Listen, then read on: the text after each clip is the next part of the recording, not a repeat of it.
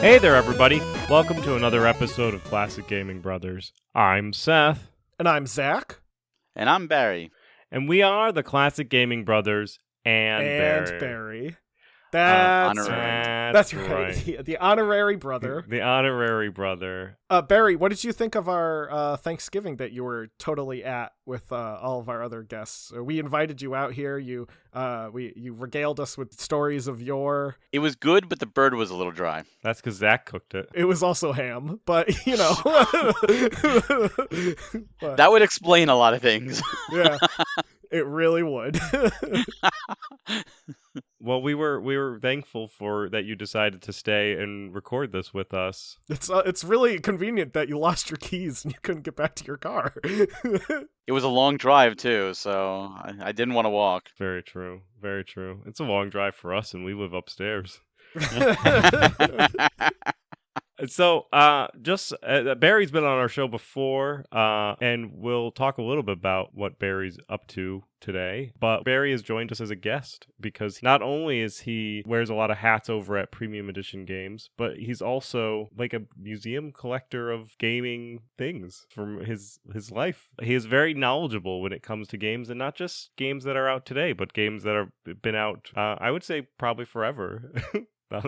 I would be surprised if you didn't have like the original gaming console just tucked away somewhere in a basement. I have an Odyssey. That was the first home console with interchangeable cartridges. Excellent. In any case, so we have Barry here to talk to us about a topic near and dear to him. But before we get into any of that, do you want to just introduce yourself to our listeners in case they've missed the Premium Edition Lounge or the Indie Dev Lounges that you've been on? So my name is Barry Carenza, and this is my first actual standard official Classic Gaming Brothers episode, which is awesome because it's always been the Indie or now the Premium Lounge, and so it's a true honor to finally get on a standard episode because I know we've been talking about it for a while. But for those of you that don't know, I am one of the founding members over at Premium Edition Games, where we release high quality physical releases of digital only titles, and we have 4 of our big titles up right now, part of our 5th series, which is Raji, an Ancient Epic Enhanced Edition, They Bleed Pixels, Love 3, and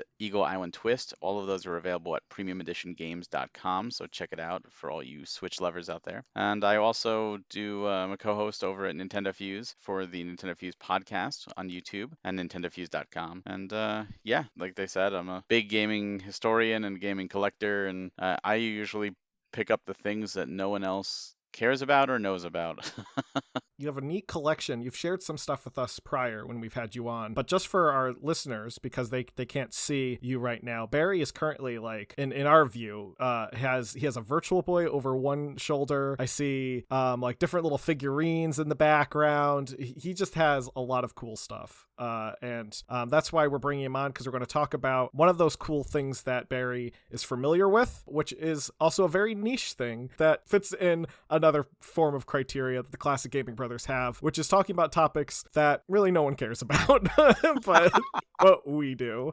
But as always, we're going to talk about what we've recently played. So Barry, you want to start us off? What have you recently been playing? So I recently finished on the Switch Harvestella, which is a farming RPG. It's really more an RPG with farming elements. So if you're not really big into farming, it's fine. It is got a Final Fantasy style story, way deeper than I expected. The side quests are fantastic. The stories are fantastic. It blew me away. The combat was good. The job system was good. The party members are great. I was like, I did not expect to get this involved into this game.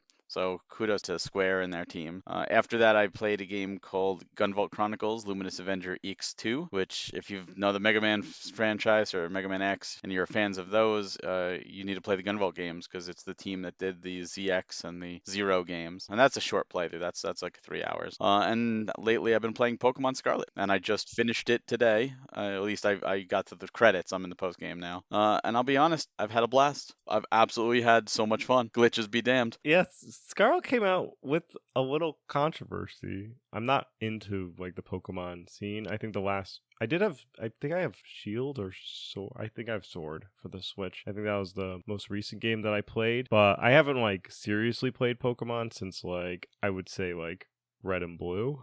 But I just know from like a distance and watching it come out that like, because I'm part of a bunch of like gaming groups and stuff, that it was there were people that liked it and there were people that were a little angry with it. Well, I'll say this: should it run better? Should it perform better? Should these glitches be there? The answer is no. I mean, it's Game Freak. There's a lot of money. You're talking the number one, multimedia franchise in the world. So absolutely those shouldn't be there. That being said, is the game itself fun? Absolutely. It is a blast. It is probably the best Pokemon game overall in terms of gameplay. If they spent the money to fix the little glitches, the camera, some of the graphics, the lighting, then it would be even better. And it should have launched that way. I know some people were complaining about the lighting because you can see like the shadows just change, and sometimes it goes from night to day instantly. And then when you get the credits, you look, there's one person on lighting. Like literally one person doing a mainline Pokemon game. Like that poor guy is probably going like, oh my god, like it's not his fault. It's one person. He's probably well overwhelmed. Get the guy a helper or two. Right. Yeah. Like back him up a little bit. Jeez. I mean, seriously. The camera obviously needs work. But I never had any game-breaking glitches. Some slowdown.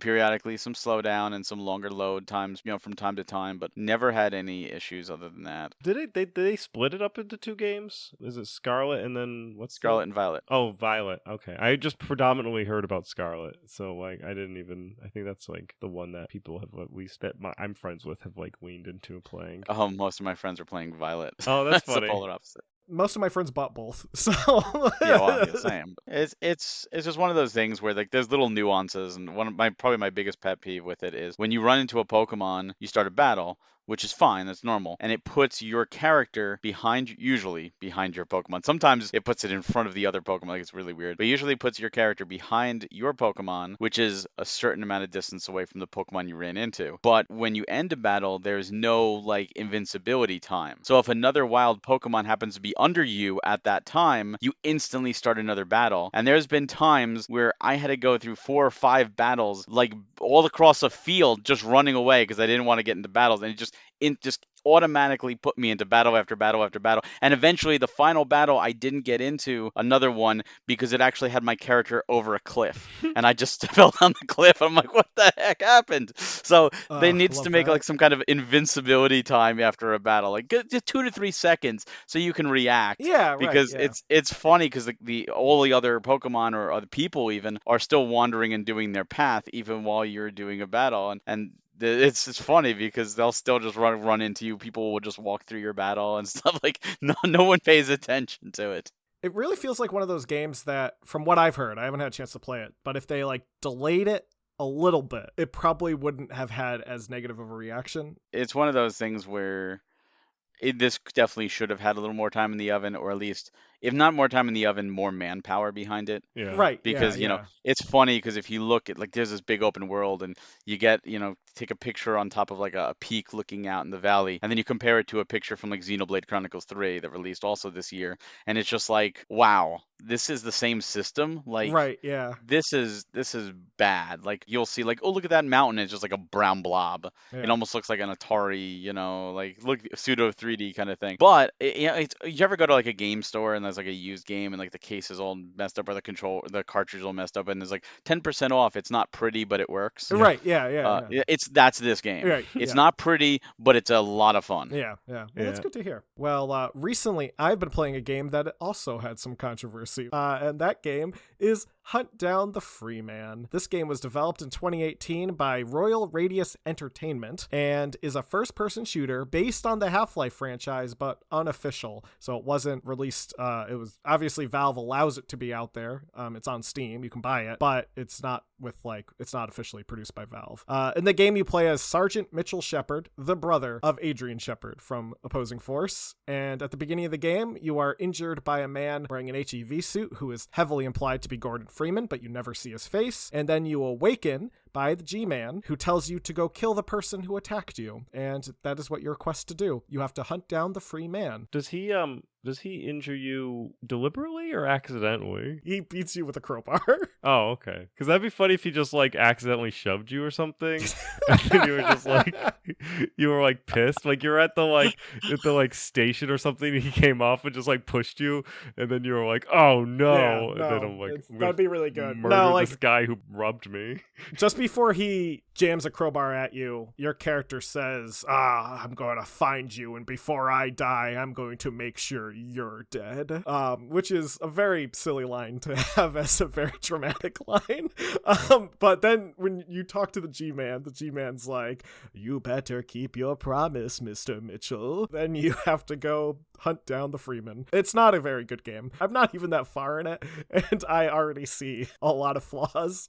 For one thing, there's a parkour feature where you can climb onto things, and it feels like they only have the parkour there so you're not doing like box puzzles like you would in Half-Life 2. So instead of like moving a box over to an area to climb up it, you now parkour up that area. But you can't parkour over everything. You can only parkour up very specific areas that are like marked. So it's kind of pointless. I will say the game looks very pretty. However, it is part of the controversy that some of that prettiness might be due to stolen assets. So, without saying anything, the game does have a lot of controversy in terms of its development, in terms of its release. There was some issues when it came to the crowdfunding of the game. Cast is kind of heavily panned, mostly because it's filled with like YouTubers who are not familiar with the Half-Life games, who voice random characters. Like Keemstar plays the President of the United States. Also, just because you're a YouTube personality doesn't mean that you're a voice actor.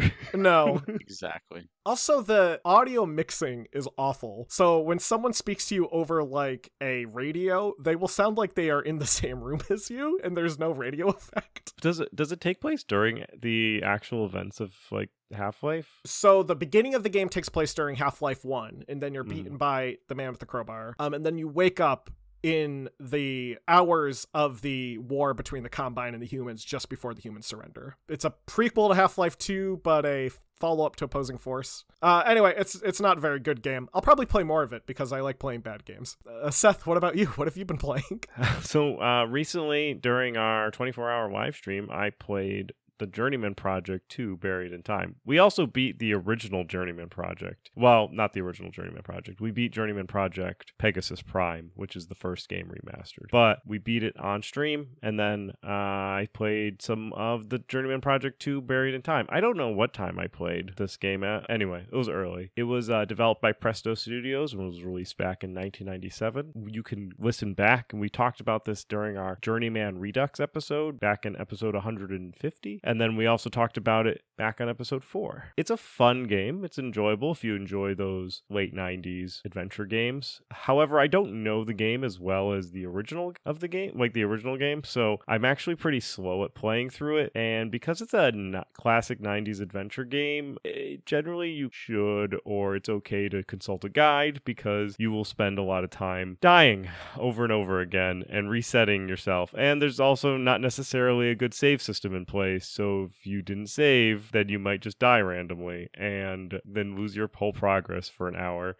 I think that almost happened to us with Journeyman 1, where we weren't sure where our save was. I compulsively save when I play Journeyman, though. Same thing with Journeyman Project Buried in Time, except I don't know the game, so it's a little more confusing for me. However, you do get to go to a space station and get over to the space station by using Cheese Whiz, and the commercials also in the game are amazing. So there's some positive things going on for the game. Great FMV acting all around, possibly better acting than in Hunt Down the Freeman. It's definitely better acting than Hunt Down the Freeman. Well, yeah. So today we have Barry on with us to talk about a little console called the Mega Duck, the little console that could, if we would. With the Mega Duck being a a handheld originally developed by Wellbacks Holding through their Timelix International division. Barry, tell us about why you are the expert in the Megaduck.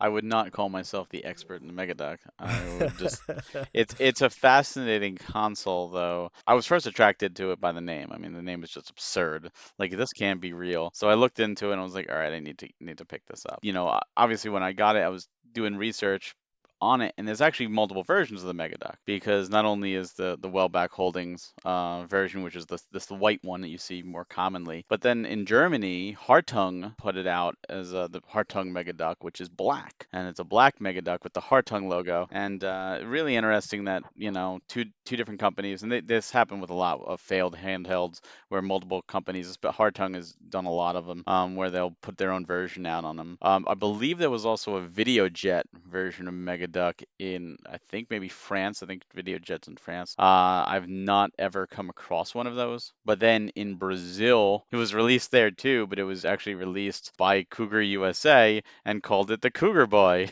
which the same console, all the games were re-released with the different branding. It's completely, you know, interchangeable between the two systems, but it's just weird, and that never came to America. That just stayed in Brazil and South America, and it was just weird that this one console has two different names, multiple different publishers, you know, and each one has their own version, and you would think that would be enough, but then it goes even crazier, because then you have to factor in that they tried to get into the young educational field. Right. So they put out two versions. They put out the Megaduck Super Junior computer in Europe, and that was a little laptop, and it played Megaduck games, and it did have exclusive stuff. Hartung put it out, and that was over there. But then in Brazil, they did the same thing. They, you know, and it was called over there the Super QQ or QQ over in Brazil. It's the same thing. It's has like a little piano in the front that you could play. It's got a fake mouse. It's not a real mouse. The mouse is fake. It's got a printer that came with it where you could like a Game Boy printer style, if you can remember that, where you could print out things. It had a bunch of different applications, educational software, as well as Megaduck games that allowed it to play. And it's just such a bizarre system. Most people, unfortunately, have never heard about it. And it's pretty ambitious. You know, it's small companies, pretty ambitious to come out there with this, to compete against the juggernaut that was the Game Boy at the time. Yeah, Wellback Holdings was they had their hands kind of in the toy market in Asia, and I think they did some electronics and stuff like that, but they weren't really like a game company. They weren't making like video games at the time. Yeah, I feel like this is, because it's like 89, 90, I feel like this is where toy companies still thought that they could make games, and like that they were like, well, we could take a risk and make electronics, like how hard is that? And I think that it eventually you saw the divisions where toy companies continued to make toys and game companies kind of emerged and made game consoles. Yeah. But I think there was this period of time, and this was probably just the tail end of it, where, you know, like anyone who made up a consumer grade package electronic was like, yeah, I can make games too. I make VHSs, I can make games. Milton Bradley made Microvision, and VTech put out the 3D Gamete, and they put out the Variety. So, I mean, you saw all this stuff. Yeah. The whole thing with the Megaduck is it is very much people call it, I think, a Game Boy knockoff, which I think is very unfair. It's a Game Boy competitor. It definitely is aesthetically similar to the Game Boy if you look at it from like a distance. It's got two buttons. It's got a D-pad. It's got a screen. Like, it's not playing Game Boy games. It's not like a Game Boy clone. It's playing its own line of games. But it really was the Game Boy that I think set off this whole kind of movement toward knocking Nintendo from their throne, as it would be. Where the Game Boy came out 89 in Japan and in North America, and then in 90 in Europe. And then like suddenly there's the Game Gear, there's the Lynx, there's the Turbo Express. But then you have all these smaller companies like cropping up out of the woodwork, where one of the first being Bitcore, which they were around forever. I mean, from a kind of like my spectrum of like unlicensed video games, Bitcore was involved in the early days of Atari 2600 ColecoVision games. And then they also started to make NES and Famicom games, not with the approval of Nintendo. One of the earliest unlicensed games that came out for the NES was Duck Maze, which was a Bitcorp game, but they produced the Gamate. I don't know how do you pronounce that, Barry? How would you pronounce that? I say Gamate. Gamate, yeah. Which was a 2-button monochrome system. I mean, I think it looks like a Game Gear versus a Game Boy.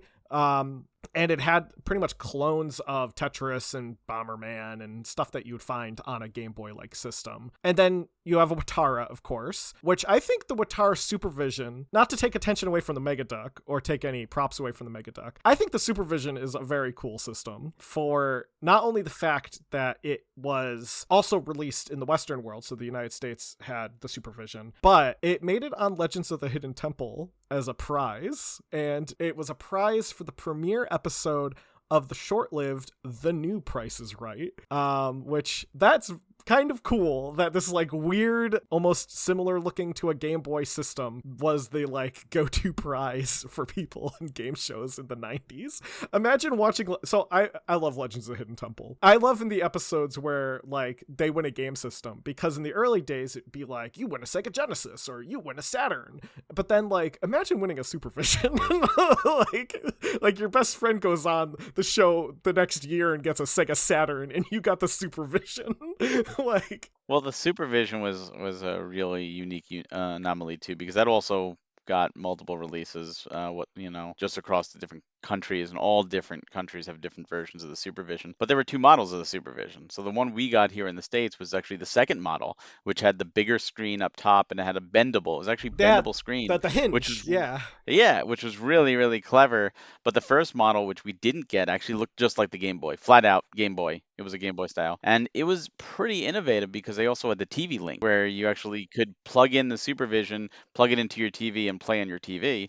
And I think that might have been done before like the Super Game Boy even. And it also would add rudimentary color to some of the games. I've seen people play it.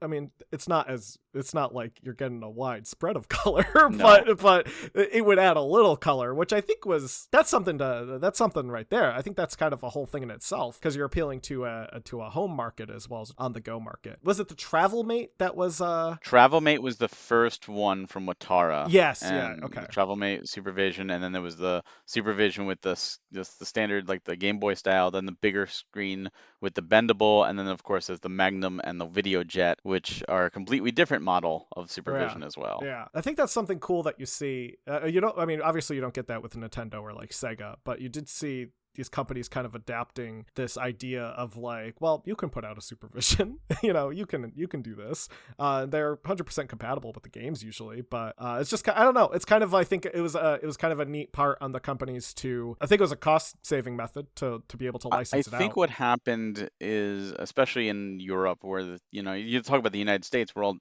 part of the same country, yeah. But in Europe, obviously each country is different, and each country has different regulations to get into. Right, so yeah. Each one has its own, company that says, hey, we'll take on that technology and release it. And even the Gamate we talked about, in some countries it was released under GIG put it out. But the system itself is the same. Like if you had 2 unboxed ones, you wouldn't be able to tell the difference. The only difference is the box. They just changed the packaging there, and it's really frustrating because you can't tell which version you have. However, in Korea, there were 2 different versions, one Korea, one Chinese, and they actually have Chinese characters instead of writing out Gamate. And each of them, they call them different things, and they're different characters. So those ones, slightly very similar boxes. Yeah. But that one, at least you can tell. It's just a weird way they did it, because there's still there's no documentation on how many different versions of some of these consoles are. And the closest we had here in the States was probably something like the CDI or the 3DO, where Philips and Panasonic lent their technology to Gold Star and to LG and to Sony and whoever wanted to make a version of their systems. Yeah. Nuon as well. Oh, had, the Samsung Nuon, and Toshiba. I also think that when you're looking to enter into a new market, there's a lot of work that goes into it, trying to sell across into a different country, and it's easier to find somebody that you can just send stuff to, and then they have the distribution relationships, because it was the 90s, so the internet wasn't a thing that you bought stuff on. You still had to go to a store, so you still had to get your distributors lined up, and if you were based in Hong Kong, you're probably going to have difficulty getting like a French distribution market in with any sort of like flexibility. So just sell it, just license and sell it off. But like Barry was saying, there were some countries that also just had really strict restrictions. I mean, Brazil, for example, notoriously, it was very hard to get imported electronics into the market. That's how companies like Tectoy got their start, was because Sega came in and said, hey, you're going to release the Sega systems, you're going to put it under your name because you're a Brazilian company, so you wouldn't have to worry about the same issues we would have to worry about. I think a lot of these companies, they looked at the Game Boy and they figured out it was simple. Like in reality, the original Game Boy was 100% simple, and they looked at what Atari and what Sega did, because the Lynx and the Game Gear were also 89. Like they all came out very, very close, and especially Sega was aggressive to Nintendo, and we saw what happened. The battery life couldn't support the color at the time, and both systems failed. And while the Turbo Express was a phenomenal system, which came out just slightly after, it was also different in the sense that it played console games, it played the Turbo games. Right. And it was already a very small market interested in it, so it wasn't really much of a competitor. So all these looked at this cheaper Game Boy, won out, right? Game with a monochrome screen, the 2 buttons, simple games, and it won out. Well, that's cheaper for us to do. We could do something similar, and all these companies did that, including with the Megaduck. The problem is they went cheap.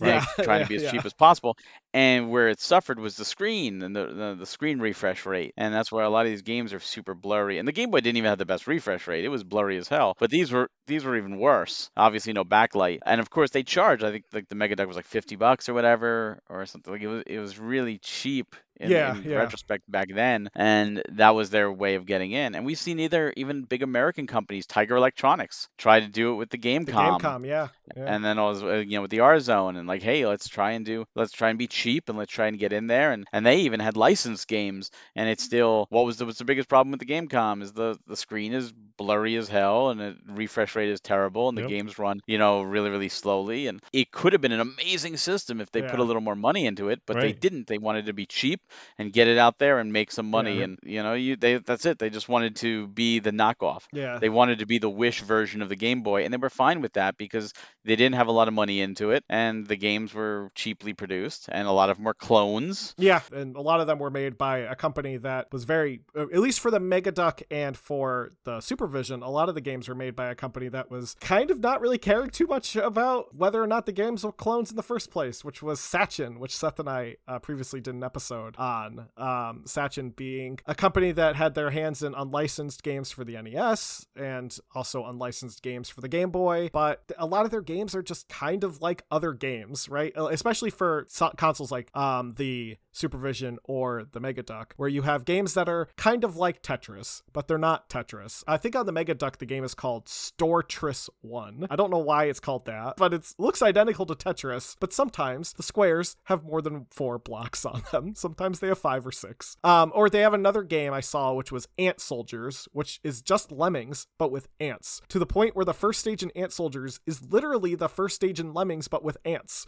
Like, they were not being very subtle about this. I think what Sachin did, especially during this time, is they saw what was popular, and they said, well, we can make that for this thing. I feel like the Megaduck is like the definition of the we have Game Boy at home type of meme. Oh, absolutely. In the Megaduck's defense, despite maybe some of the games not looking great, it actually ran the exact same CPU as the Game Boy, which was a Sharp LR35902 CPU clocked in at 4.9 megahertz. As a comparison, the Supervision was running a 6.5 SCO2 processor, 4 megahertz. So the Supervision was technically a little less powerful than the Megaduck. But I think it's interesting that the Megaduck shared the literal same CPU as the Game Boy, because it kind of shows you that it's not necessarily how powerful your system is. I think the Game Boy showed everybody it's not how powerful your system is. But also, it's the talent you have that can work with that power. So looking at the collection of games on the Megaduck, it's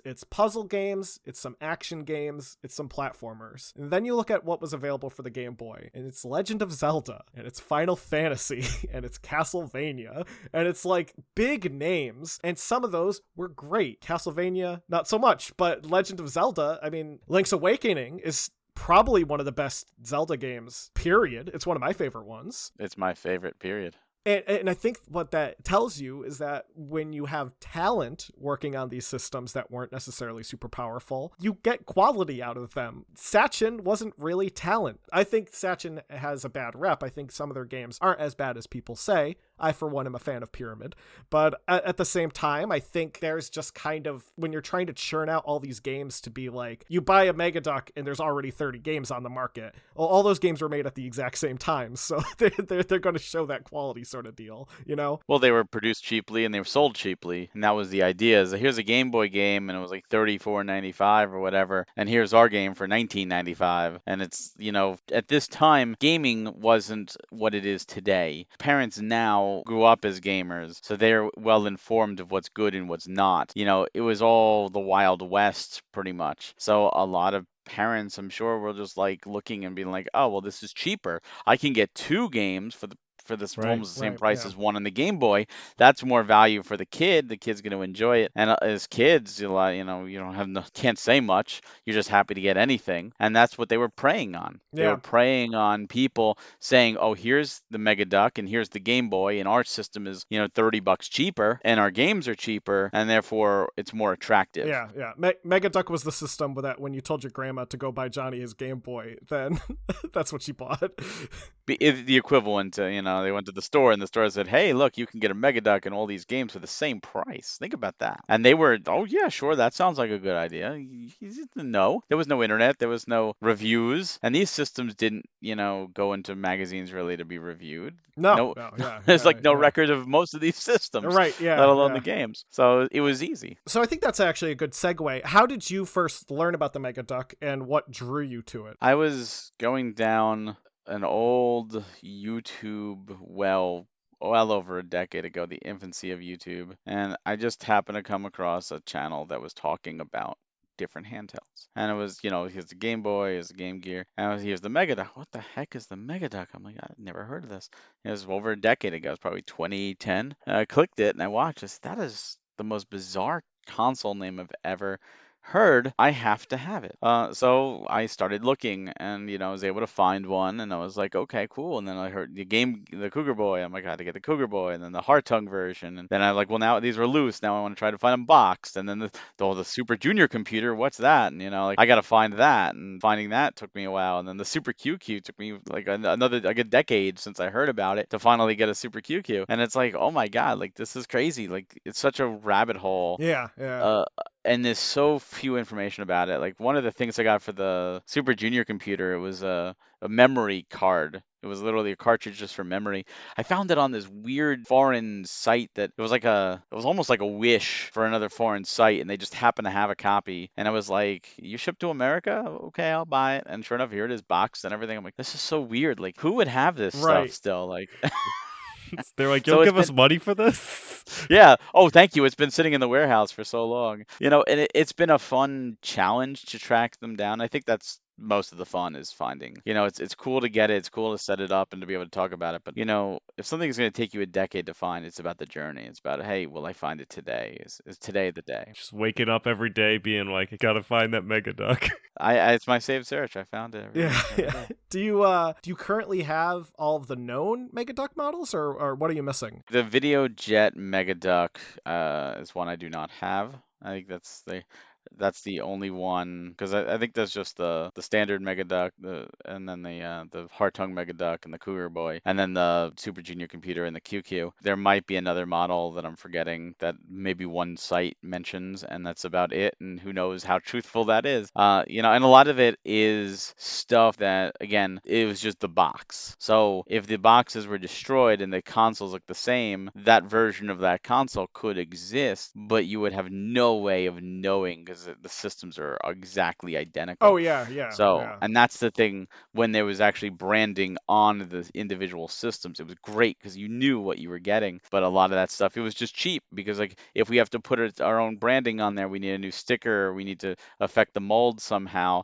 If we just have to print up a box and we have the dimensions that you use in your country and we just take your innards and go and maybe we put a different booklet in there. It's super cheap to do, and that's what a lot of countries did. Like the Cougar Boy is specifically branded as Cougar Boy versus Yes, Megaduck. Yeah, absolutely. Yeah. Were there any ducks on the Megaduck? There was a mascot on the Super Junior computer. It's amazing. There's actually a mascot for the Super Junior computer, and it's a little duck with like a cape. Is he in any software, or is he just like on the Oh, device? no, I think there is a duck game. Yeah. There's a duck game, but it's, I don't think it's the same duck.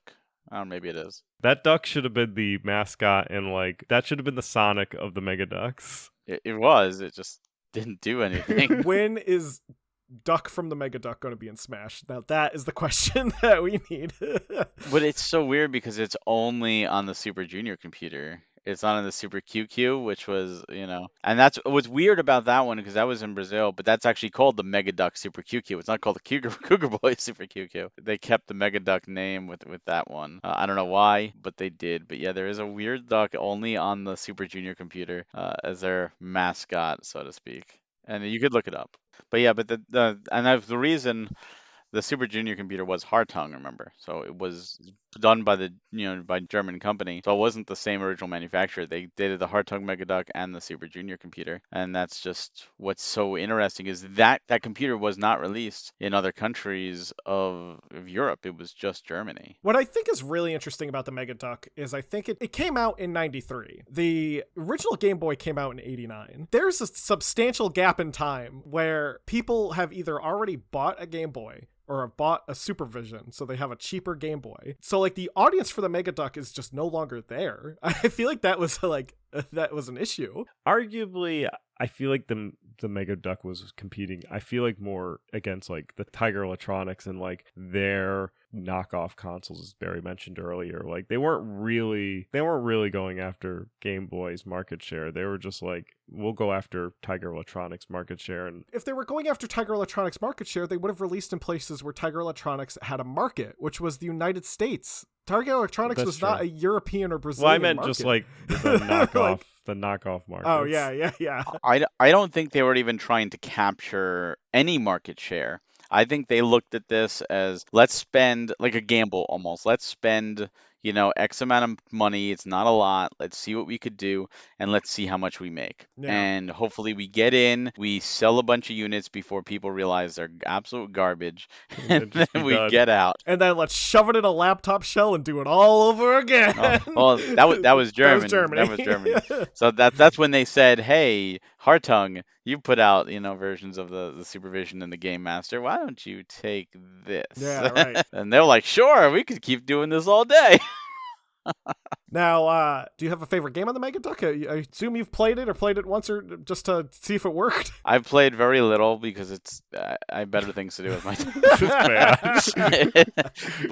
But of course the infamous Snake Roy, the box art is awesome. But truthfully, I hate to say this, but Snake on the TI-83 calculator is better, and I played a hell of a lot of that. You're not wrong. I mean, Snake Roy is not a good game. I think it just has the best box art and the best name of any video game ever. Like, Roy is supposed to represent king, but it's just Snake Roy. It just looks silly. Yeah, the box art looks like cover for Dune. Yeah, that's what I was gonna say. It's very Dune-esque box art with the sandworms. the God yeah, Emperor, it looks like God Snake Emperor. Roy. Yeah, with the face on it. Yeah. Oh gosh. How disappointing though, right? You get that box art and you feel like the game's going to be something maybe, versus what you get. Like, it's like night and day, where it's just like, wow, this box art just does not line up with my expectations. To be fair, the Nintendo, the Super Nintendo, the Genesis, all had games like that. That's true. Yeah, no. Yeah, I think it was just a product of the time. What was the shoot 'em up with the guy, the old guy? Phalanx? Yes, Phalanx. Where it's just the guy just playing a banjo. Playing a banjo, and it's a shoot 'em up. It's like nothing to do with the guy playing a banjo at all. Oh, just good old yeah. They just were like, what will get somebody to pick this game up and buy it? I feel like if I didn't know what Snake Roy was and I saw the cover and I saw the name and then I played the game, I'd be like, I'm disappointed, but that makes a lot of sense. I feel like there was a less of a return even like 20 years ago where people bought stuff, and if it was garbage, they just threw it away or they just put it somewhere. Like, they didn't demand quality like I feel like we do today. Like, even I was talking to somebody at work and they were talking about how, like, oh, you know, like, if you need to do stuff after Christmas to do your like Christmas returns on the day after Christmas. I'm like, I'm hopefully not having to spend an entire day doing Christmas returns. Right, yeah. But like, I feel like there's just like this like desire for getting the best product that's, I think, kind of emerged with like Amazon, and like we're now in like a review culture where we don't buy something unless it's got really good reviews, and it's just like versus back then where you bought something and if it was bad, it was too much of a hassle to bring it back.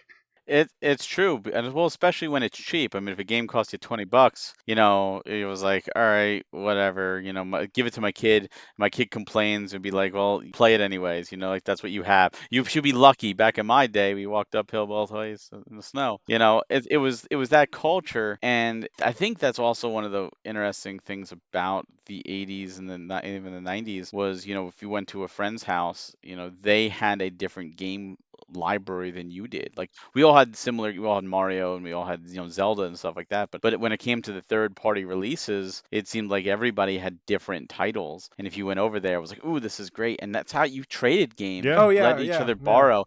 Like, and that's one of the things where if you didn't have that return culture, you didn't have like, oh, I need to get rid of this and get better. Because if we demanded quality, you know, companies like LJN wouldn't exist. So we had to suffer through it, and they figured, hey, it worked. Let's sell. You know, let's put these games out there where we sell 1,000 of them, and we're making, you know, let's say $10 profit, $15 profit on it, you know, times 1,000. That's pretty damn good for very little work. And the box art, they knew that's all they had was the box art on those games, and they did something that felt they could attract. You know, you probably would have been disappointed, like I said, with Snake Roy, or you would have understood, but that box art would have been like, what is this? Yeah. I have to have it. It sold the game. Yeah. Boom, it did its job. That's all That's it right. needed to do. Yeah. It's a very different culture. Would it success today? No, it didn't have success then. It absolutely would be dead in the water today. Yeah. And that's why you saw in the 70s, really, 70s, 80s, 90s, early 2000s even, you had all these companies trying their hand. And if you look at it now, you have the big three, and then you have the one or two offshoots. You have the Evercade, which is doing its own thing, and that's surviving. And then you have the Amico, if that ever wants to come out, whatever that cluster screw is. Yeah. And then everything else you have things like Analog, which are, you know, putting out high quality versions of a pre-existing system. Yeah. They're not reinventing the wheel. That's what they're doing. You don't see these other companies really stepping into it at this point, because gaming has been like, these are the big three. We're really not going to make any mark. I mean, Steam tried it with the Steam Deck, you know, and that's doing okay, but Steam was already an established name, right. You know, for so long. Valve had Steam for so long, you know, but the Steam box failed miserably. Steam box is horrible. Steam Deck is doing well though. Oh, you had Stadia. Google tried it with Stadia. That failed miserably and is dead. There is the Play Date, which is unique, but it's very niche. Well, that's the thing, is in this era of games, to make a game console, you have to be niche, and you can't expect to do as well as any of the big three, obviously. But like Evercade's niche is that they are cartridge-based games. It's still a niche, I would say. I mean, it's an inexpensive system. Compilations, too. And compilations, yeah. But like, the only reason people are picking up Evercades is because it fills that niche of collecting physically, having a cartridge that you can chunk into your system, turn it on, and have the game, or games, because it's compilation based. But it's also cheap. Yeah. No, that's an appeal.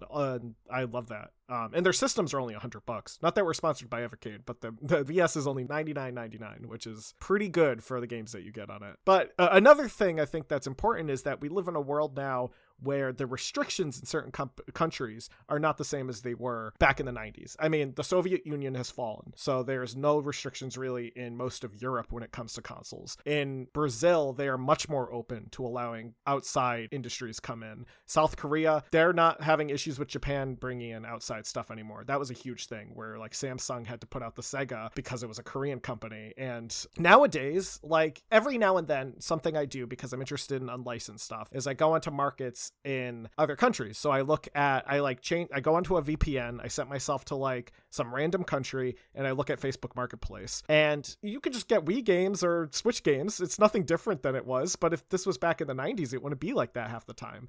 I mean, it wasn't until the late 90s that the NES came to Brazil. So I think it's a very different world that we live in versus back then, where I think the Mega Duck did fit a niche for some people. I mean, especially in places like Brazil, where the Game Boy wasn't necessarily incredibly common. Having the Cougar Boy was probably a nice alternative, but that's not the case anymore. We don't have that. I mean, if you want a Switch, you can get a Switch. Absolutely. And it's funny because, we talk about our childhood, we have with Nintendo, with Sega, and with Sony and Microsoft. And, for people out there, that was their childhood. Oh, yeah, I had a Cougar Boy. Oh, yeah, I had a Mega Duck. Like, that's what I played. That's what my parents got me. They have nostalgia for it. And obviously, we in the States never did because it never came here. But it's just interesting because every country was very different when it came to consoles. It was a new market. It's still relatively new. I mean, it was the late 70s when it really took off, and after the game, crash of 83 and rebirth in 85, we really were still in the infancy, and the market was nowhere near what it is today. So I love that these anomalies had a chance to exist. Yeah, me too. It's just, to me, it's fascinating. It's just a shame that, so much of it is forgotten to time or lost to time, because even you're talking 93, we're recording this practically 2023, so you're talking 30 years. Yeah. And in 30 years, how many systems survived? How many were thrown out or broken or dropped or given away or put in a box in someone's attic that's still sitting there for the last 25 years?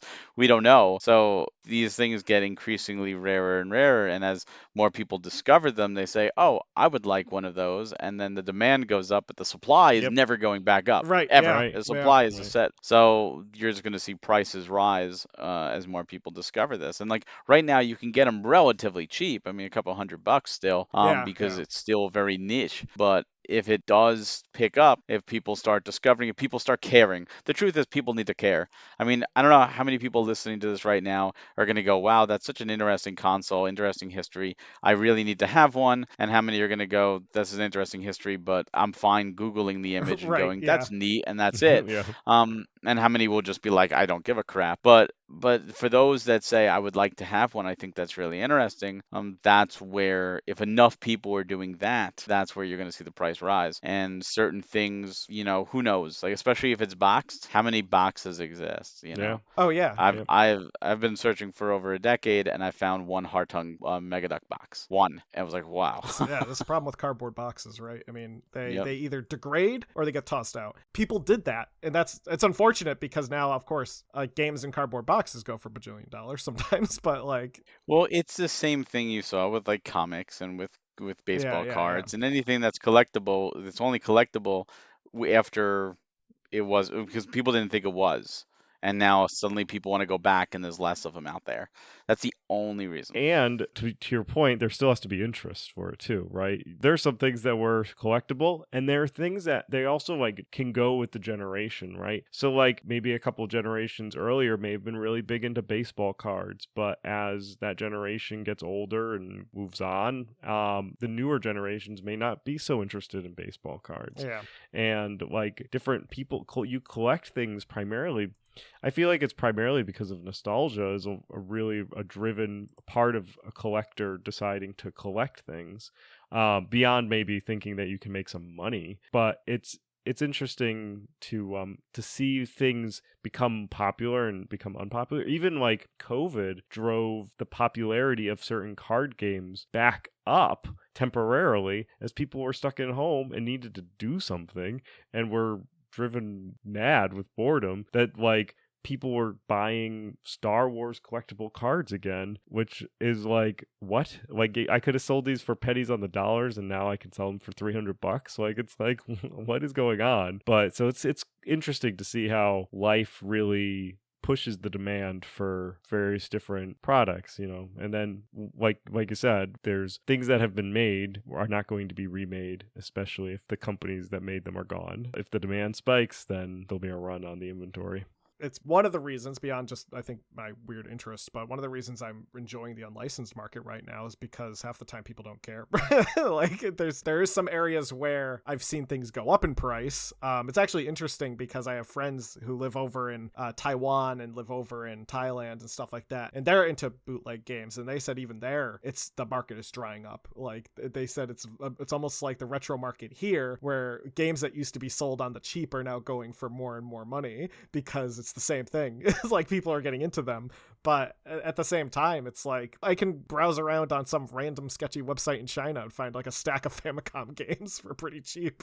So I'll go with that, you know. I think that's the fun part about collecting, is going for something that other people aren't. Yeah, like discovering. That's how I started this. I started a niche with handhelds because I'm like, there's so little information about these systems. Nobody is going for them. Very few people have them listed, and I was like, oh, you know what? Let me go for them. Let me buy them. And I fell in love with them. Just the history of them and discovering them and all the different intricacies between the different countries. And I love that it's still something niche that a lot of people, haven't like glommed onto because of the few things I'm missing. But there are groups now that are going for those very things, and like some of the fewer pieces I've had to get. If I find a piece I don't have, it's a rarer piece, and I've had to fight for them, bidding wars and stuff.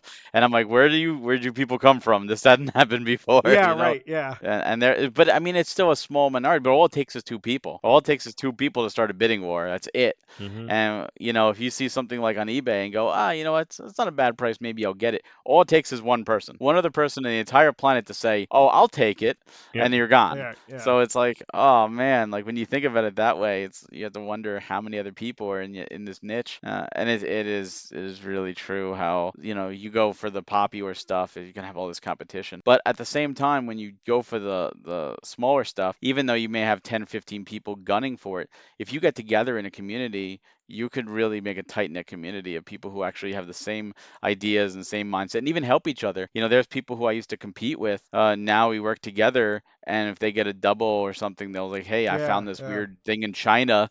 You ever hear about this system? I'm like, no, I never heard about it. He's like, well, I got an extra couple games and the system if you want. I'm like, oh, yeah, sure, thanks. So it's really interesting, and trading back and forth, and it's weird that systems like the Megaduck actually bring people together now in 2022. Yeah, right. Yeah. No, I think that's great. It's like what you kind of said at the top. It's the friends you make along the way. It's the journey of collecting versus collecting itself. It really is, and especially when you find that community that isn't hostile, right? I mean, I think there are communities out there that can be a little aggressive when at least from what I've seen. But when you find like the niche community out there that is close to you, and you have this like good rapport with people, and people appreciate your contributions and stuff, you get into that place where you can trade easily, or you can get someone's double or etc.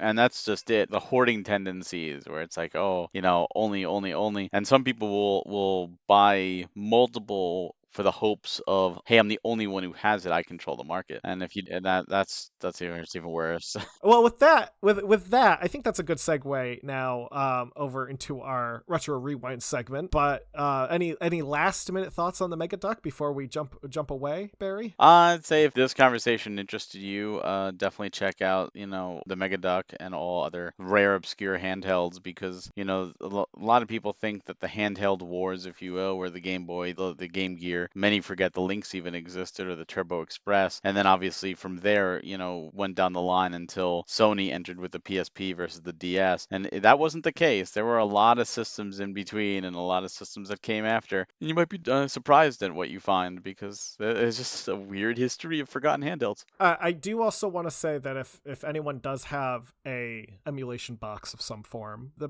Megaduck is supported in RetroArch, and there's a core in RetroArch, and I think it's probably one of the better ways to play the games if you want to just play the games. That way you don't have to deal with the screen. So like I have on my Ambernick, I was playing Megaduck games a few days ago, and I was like, you know what? This is not how the games are intended to be played, but at the same time, this is how they should be played. When they're emulated, they actually look pretty good. Like the graphics are a little more intricate, I think, than people give them credit for, because you couldn't tell. with the screen being so bad. But anyway, we'll get into our retro rewind. So Barry, what's a retro game that you've been playing recently that you've dug your teeth into? I went back and played a little bit of a game called Radiant Historia. That was for the DS and later the 3DS. I was on a podcast talking about the game, so I was like, oh, I'll refresh on some of the stuff. It was just a phenomenal JRPG if you haven't played it yet. It's like Chrono Trigger in the sense that it has time travel, it's 16-bit, and it's got a really deep story with 2 different timelines. If you play the 3DS version, actually has an extra timeline, but you bounce between the 2 timelines and different events occur, and you take knowledge from one timeline into the other timeline to create new branching paths and keep going forward, and it's just really deep. It's got a great combat system where you can really change the orders, the turn orders around, and actually let the enemies take turns so that you get critical hits and stuff like that. Great cast of characters, very, very deep storyline, not too cryptic even with the storytelling. Of course, with the 3DS version, they made it a little bit better, where you could see which NPCs had quests and stuff like that. Oh, that's good. It's an Atlas game. I mean, it's just a gem of a title. It came out very late in the DS, right before the 3DS launched, and the 3DS obviously it launched right as the Switch was launching, or right after the Switch, I think. So both systems it came out late and was pretty forgotten about, which is a shame because it's truly a game. If you enjoy JRPGs and you enjoy titles like Chrono Trigger and you haven't played, you're really missing out. You need to play this. I think Atlas is such an interesting company. They always feel like, to me, at least with some of their later games, or actually even some of their early games, they're like the A24 of video game companies. Just like their games are always very good quality, and when they're not very good quality, they're still pretty good games. Even some of their not great games. I mean, like Friday the 13th is a bizarre game, but it's not bad. It's pretty ambitious, I think, for an NES game. And I always forget that they made Friday the 13th, and it was like, that's wild to me. But yeah, like, I mean, it goes back to like Digital Devil Story, Megami Tensei, and stuff like that. Yeah, of course. This is up there, and if more people played it, it would be. I would think it would be up there with like the Persona. It's that good of a game. Nice, that's cool. It's good to know. You say Chrono Trigger, and my ears are already perked. Yeah, I love Chrono Trigger. Well, the game that's my retro rewind is Mystic Defender, which was a 1989/1990, 89 Japan, 1990 in US and EU. Game for the Sega Genesis. It was developed and published by Sega. You play as a guy whose name is Joe Yamato. And Joe Yamato has to save a woman named Alexandra from an evil sorcerer named Zareth. And Joe has the power to shoot fireballs from his hands. And that's pretty cool. It's apparently based on a anime/manga, which I was not familiar with, called Kujoku O. And it's also a sequel to a game that I've never played called Spellcaster for the Master System. But that gives me an anime to watch and a Master System game to go play. So I think Mystic Defender is an okay game. We used to actually own a copy of it, Seth, when we got... Did we? Yeah, so when we got our Sega Genesis Model 1 from Dan, it came with a copy of Mystic Defender in the box that he gave it to us with. It reminds me a lot of Jewel Master. It's a like 2D... but it's 2D, but it's in that sense of 2D where it is a very flat 2D. Like Jewel Master is very flat. Like there just doesn't feel like there's a lot of depth in the game. But 2D platformer, action platformer, so you're throwing fireballs. You can collect different power-ups. So instead of the jewels, you collect just like they're just drops, and you can get like a fire flamey thing that you can use, and there's like another special attack. I think there's like a homing attack you can use. Can you mix mingle powers like you can in Jewel Master? And that's why Jewel Master is a superior game. But Mystic Defender seems cool. It is pretty cool, and I do want to check out at least the prequel. And I might read like the manga or watch the anime. I haven't watched an anime in a very long time, and I feel like watching one from the 90s is in my little wheelhouse of things that I do for no reason. So I'll probably go hunt down a copy of it. So for my retro rewind, and just in case anyone's listening to this, we're not necessarily playing the games that we told we were going to play. We just don't play the games when guests are on, if that makes sense for those who are listening. Yeah, you gave me Vector Man last time. I'm not talking about Vector Man yet. That's right. Well, so Zach will talk about Vector Man in our episode when it's just us. Assuming Barry doesn't get locked in here and is stuck with us for the rest, and then Zach will have to talk about Vector Man with Barry. That sounds like an interesting. Barry just never gets out. We don't know. Barry might love Vector Man. It might be his favorite Sega Genesis game. I've actually never played Vector Man. Vector Man's a good game, but it was not the game that I was playing as my Retro Rewind. The game that I played for my Retro Rewind was Nox, N-O-X, which was developed by Westwood Studios and released back in 2000. And you play as a guy named Jack.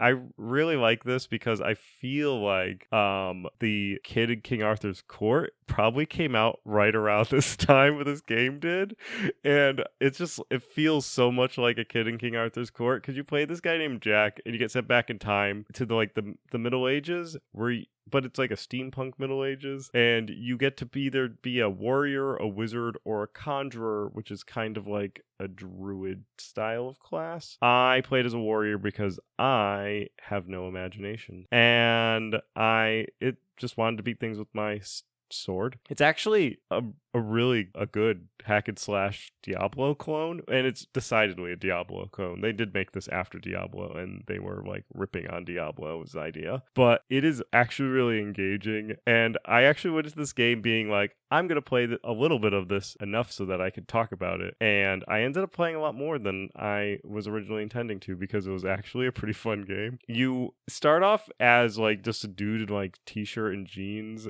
and you're in the Middle Ages, and you go into this town and you have to do a gauntlet. Like, that's the thing that you have to do. I don't know why you have to do this gauntlet. There was probably also a video, but I didn't see it, like the intro. I had no idea what the context was. I was just like this guy with t-shirt. I knew I was from the future because I was wearing jeans and t-shirts and a sneaker, and that was the only reason why, because I think I just did like I didn't do the option for the story. I just did like, I want to play the game. And so they're like going through this gauntlet, and I was like, okay, but they're like, but you need sponsorship to go into this gauntlet. So I'm like, okay. And so there's like this engineer guy. He's like, I'll sponsor you if you clear out this monster from this cave. So I was like, sure. So I go to this orchard where these bats were chasing around these women, and I had to save them. And I was like, why is nobody, this is next to the town, I was like, why is nobody over here saving these people? They're just getting tormented by bats, and I have to come and save them. So then I did, killed the monster in the cave, got sponsored, ran through the gauntlet, which was a kind of cool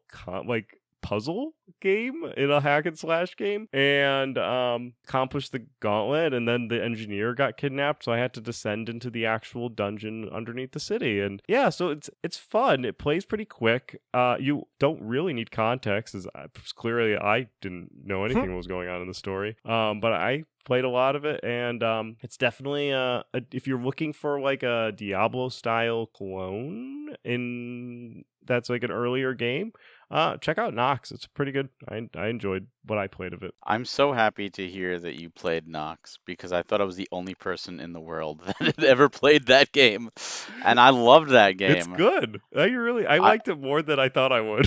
I got it at a GameStop like back in 2002, I think 2001, 2002. It was big box version, whatever. It was on pre-owned. It was cheap, and I was in college, so I only had the PC. And I'm like, I'll get this. Sure, why not? I love Diablo, and I just finished Diablo 2, and I put it in, and I started playing. I'm like, this is great. Like, it almost made me miss classes because I was like so addicted to it. I'm like, this is such a good very game. Addictive. It is. It's a really, really good. It's decidedly a Diablo clone. Like, yes, they were 100%. we saw Diablo. It sold well. Let's make this game. And but no one talks about it. It's so great though. I enjoyed it. It's also I feel like a little more tactical because your perspective's farther away from your character versus like Diablo. Like Diablo, you're like on top of your person, but like except for the newest Diablo. But I feel like Nox is pulled back a little bit farther, so it's like, and it plays faster than Diablo. Well, it plays faster than OG Diablo.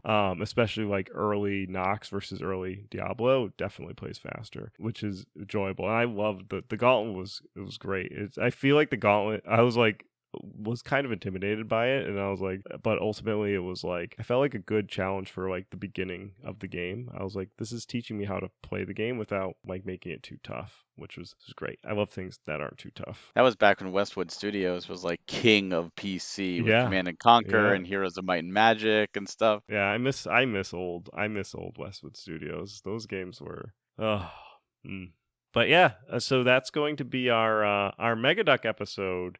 And we were graced with Barry for a guest seat this time. Instead of we had it in the actual studio instead of our premium sponsored lounge, and which has more comfortable chairs though. You guys give us way too much money. The chairs are so comfortable. Like we go over to the studio and it's like milk crates. You wait. That's what I thought you were all sitting in cardboard boxes because that's what I'm on. oh, that's right. Guests get the cardboard box. But so, Barry, do you want to just remind everybody what's going on in your world today? Yeah. So you can find me over at Twitter at HawkHellfire, and also now on Hive at HawkHellfire.